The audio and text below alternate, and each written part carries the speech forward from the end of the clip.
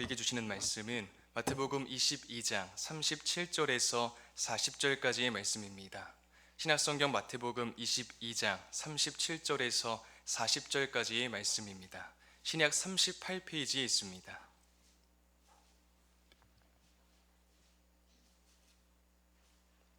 하나님의 말씀을 저 여러분이 한 목소리로 읽겠습니다. 시작.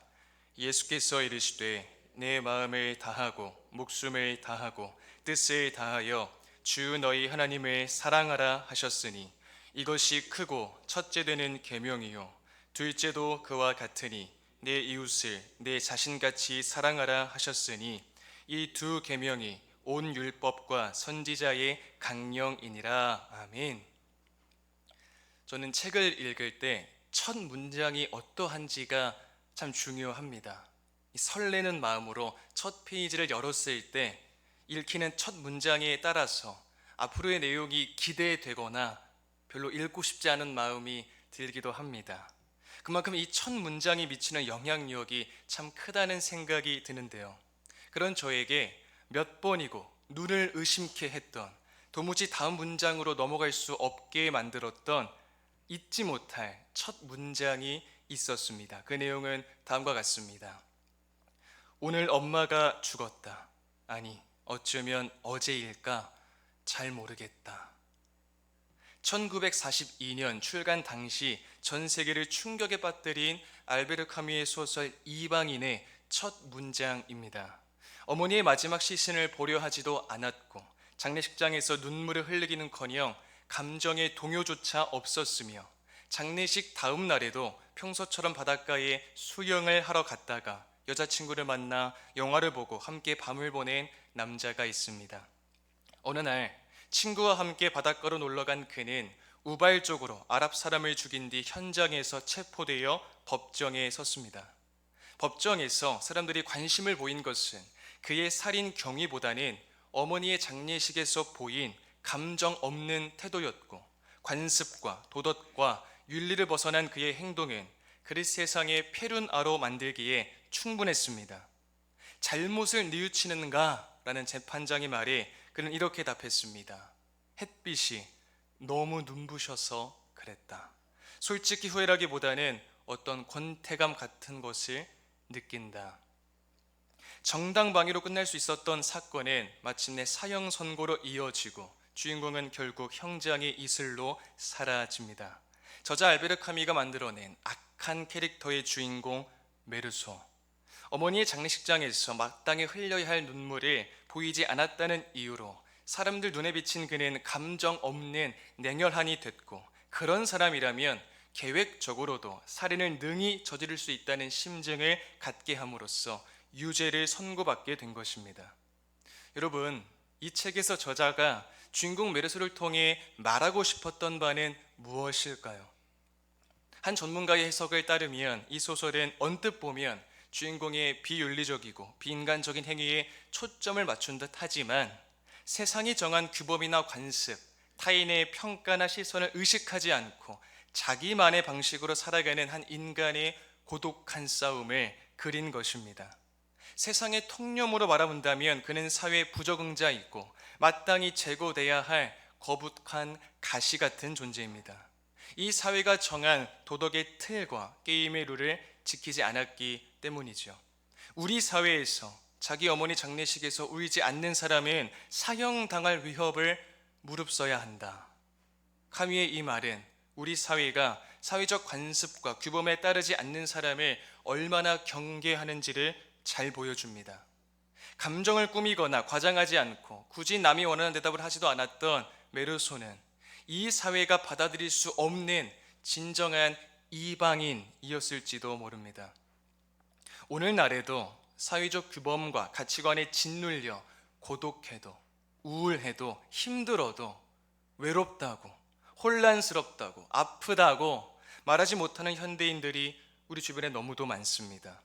트러블 메이커, 흑수저, 사회 부적응자, 아웃사이더, 루저, 이방인 등등. 카뮈가 이방인을 통해 우리에게 던지는 질문은 무엇일까요? 당신은 누구입니까? 당신은 지금 당신의 삶을 살고 있습니까?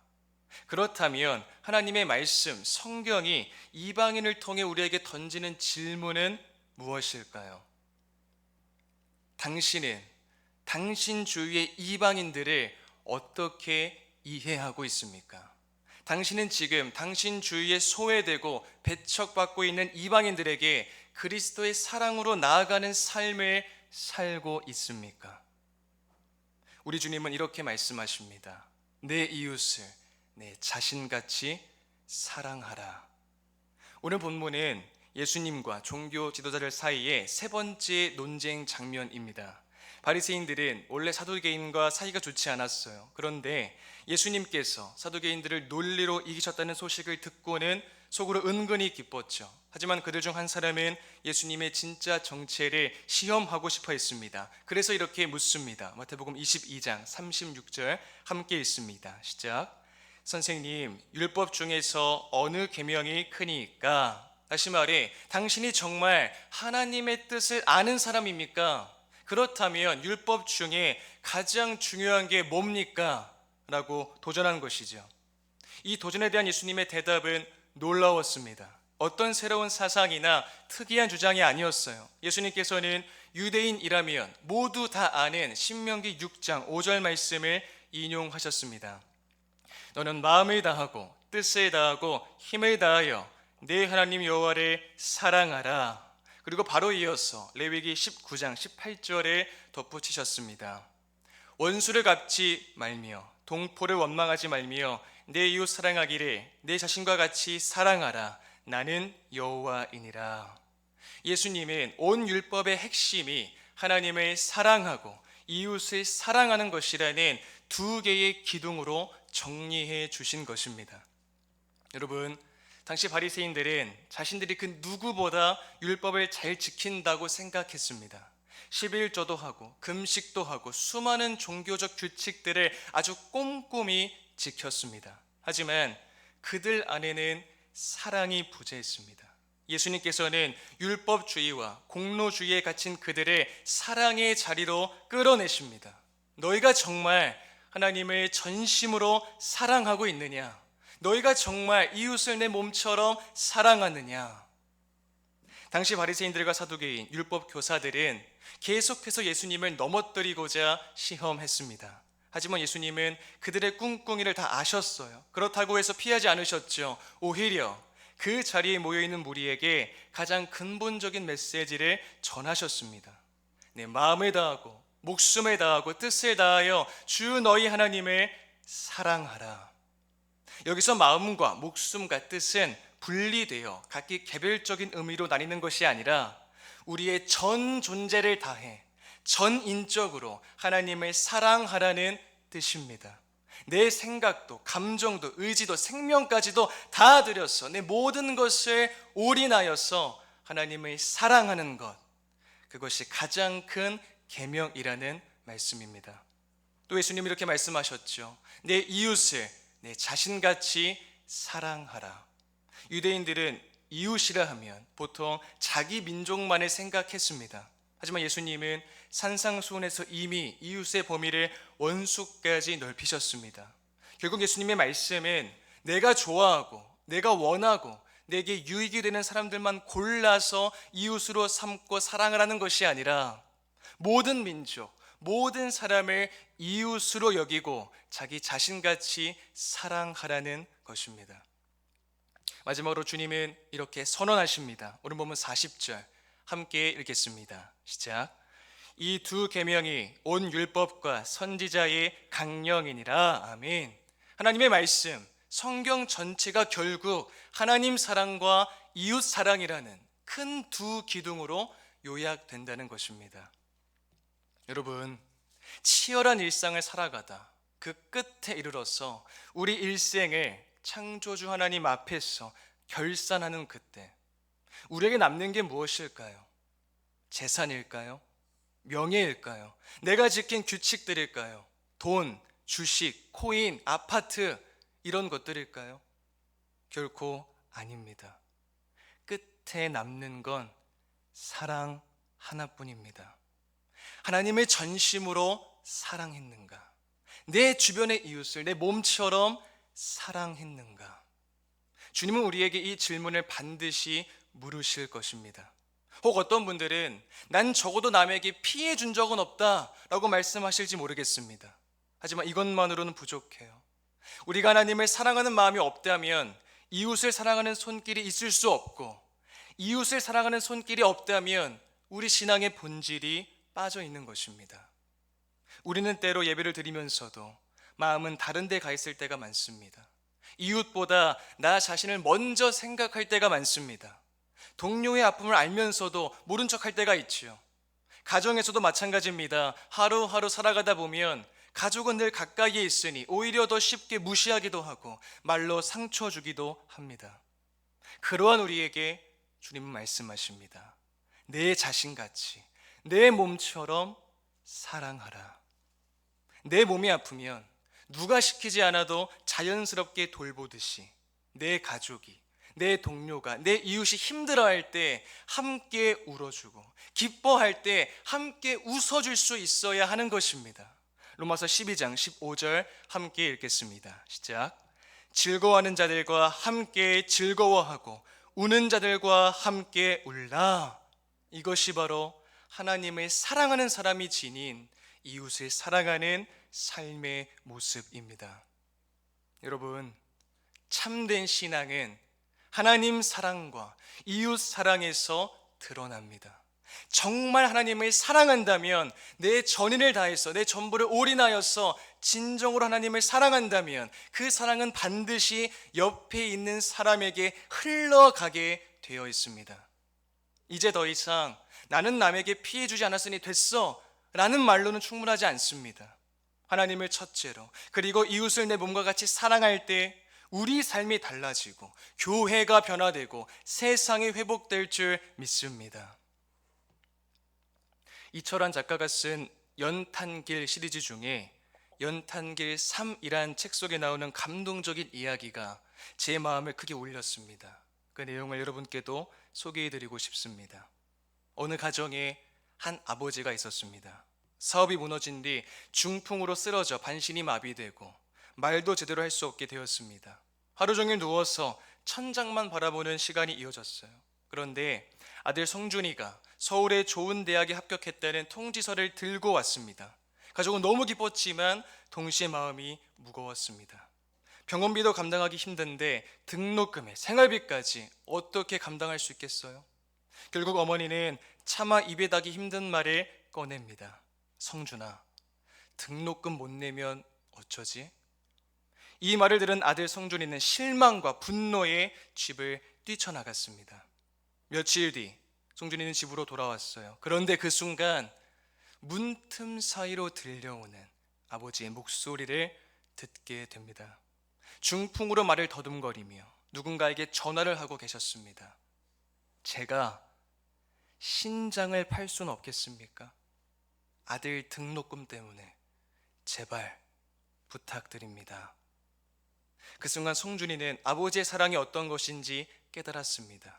늘 말없이 계셨지만 아버지는 등대처럼 자신의 삶을 환히 비추고 계셨던 것입니다. 여러분, 이러한 일이 실제로 있었다는 사실을 아십니까? 중국 텐진의 한 거리에서 이런 글이 적힌 팻말을 걸고 앉아있는 한 남성의 사연이 화제가 된 적이 있습니다. 제 신장을 팝니다. 2016년 12월 18일 중국 매체 텅신대 연망은 중국 텐진에 사는 46살 이철강 씨의 사연을 보도했습니다. 이 씨의 모습이 발견된 건 텐진의 한 길거리였어요. 그는 제 신장을 팝니다 라는 팻말을 걸고 무릎을 꿇고 앉아 있었습니다. 이 씨는 병든 아들을 살릴 수만 있다면 기꺼이 자신의 신장을 팔겠다며 떨리는 목소리로 호소했습니다. 여러분, 아버지의 사랑이란 늘 그렇습니다. 말이 많지 않습니다. 잘 드러내지도 않습니다. 하지만 결정적인 순간에는 자기 몸까지 내어줄 만큼 큰 사랑으로 나타납니다. 등대가 낮에는 가만히 있는 것 같지만 밤이 되면 불을 밝히며 길을 안내하듯이 아버지의 사랑은 침묵 속에서 더 깊이 빛나는 것입니다. 말도 제대로 못하고 몸도 불편한 아버지가 제 신장을 팔겠습니다 라고 울먹이며 간절히 애원하고 호소하는 그 사랑을 보세요. 한 인간의 아버지조차도 자식 하나를 위해선 자신의 몸도 다 내어주려 합니다. 그것이 바로 인간 아버지의 사랑입니다. 그런데 우리가 잊지 말아야 할 사실이 있습니다. 그게 무엇이죠? 우리의 아버지이신 하나님께서도 그렇게 우리를 사랑하신다는 것입니다. 우리를 지으시고 우리 생명의 참 주인이신 하나님 아버지의 사랑은 어떻겠어요? 그분은 신장을 주실 정도가 아니라 우리를 위해 독생자 예수 그리스도를 내어주셨습니다. 요한복음 3장 16절 함께 읽겠습니다. 시작. 하나님이 세상을 이처럼 사랑하사 독생자를 주셨으니 이는 그를 믿는 자마다 멸망하지 않고 영생을 얻게 하려 하심이라. 아멘. 아담과 하와의 범죄로 인하여 깨어졌던 하나님과의 친밀한 관계를 다시금 회복시키시고 영원한 형벌에 놓여 마땅한 우리를 영원한 생명의 자리로 초대하시고 우리 모든 죄를 대신 짊어지시어 온전히 씻으시도록 십자가에 못 박아 주신 것입니다. 그 십자가의 보혈로 말미암아 오직 그리스도의 공로로 그리스도의 완전한 의가 그리스도를 믿고 따르는 주의 자녀들에게 전가됨으로 그 은혜로 인하여 우리가 구원받은 주의 자녀가 된 것입니다. 이보다 더 큰 희생, 이보다 더 큰 사랑은 없습니다. 사랑하는 여러분, 이제 여러분께 한 가지 질문을 드리고 싶습니다. 나는 그 아버지의 사랑을 받은 자로서 내 삶 가운데 그 사랑을 어디까지 흘려보내고 있는가? 가족에게만 머무는 사랑이 아니라 주님이 원하시는 대로 이웃과 온수에게까지 흘러가는 사랑, 이것이 바로 예수님께서 말씀하신 가장 큰 계명, 하나님 사랑과 이웃 사랑입니다. 여러분, 삶의 끝에 남는 것은 사랑 하나뿐입니다. 아버지의 침묵 속 희생이 자녀의 마음을 밝히듯 그리스도의 십자가 사랑이 우리 삶을 밝히고 그 사랑이 또 다른 이웃의 삶을 비출 때 이 세상이 주의 복음을 보게 될 줄 믿습니다. 여러분, 부모가 자식을 사랑하는 것은 누구나가 다 할 수 있는 일이에요. 내가 좋아하는 사람, 내게 유익이 되는 사람, 나와 성향이 잘 맞는 사람을 사랑하는 것은 하나님을 알지 못하는 자들도 다 할 수 있습니다. 바로 여기서 드러나는 그리스도인의 차별성은 전혀 알지 못하는 이웃에게까지, 때로 나와 부딪히고 불편하고 피하고 싶고 거리를 두고 싶은 사람일지라도 그 사람에게까지 사랑의 범위를 확장시키는 것입니다.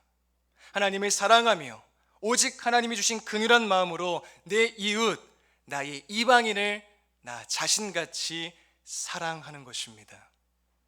맡겨진 삶의 자리에서 매일의 일상 가운데 주님이 내 몫으로 예배해 두신 나의 이방인을 찾아서 참된 그리스도인들만이 발휘할 수 있는 차별화된 구체적인 사랑을 날마다 실천하며 예수 그리스도의 복음을 삶의 모습으로 선명하게 드러내는 모든 성도님이 다 되시기를 주님의 이름으로 축복드립니다. 함께 주신 말씀을 생각하며 기도하겠습니다. 우리가 어디에 있든지 부르신 삶의 자리에서 주님이 내 몫으로 예배해 두신 나의 이방인들을 향해 주님의 명령에 따라 나 자신같이 사랑하는 차별화된 구체적인 사랑을 날마다 실천할 수 있도록 이 시간 합심하여 기도하겠습니다. 아버지 하나님, 저희를 기도 자리로 부르시고 주의 말씀을 듣게 하시니 감사합니다. 아버지 하나님, 주님이 저희가 어디에 있든지 우리가 어느 환경에 놓여 있든지 그 모든 상황과 관계 속에서 주님이 부르신 그 삶의 자리에서 주님이 저희 목적을 예배해 두신 그 세상에서 소외되고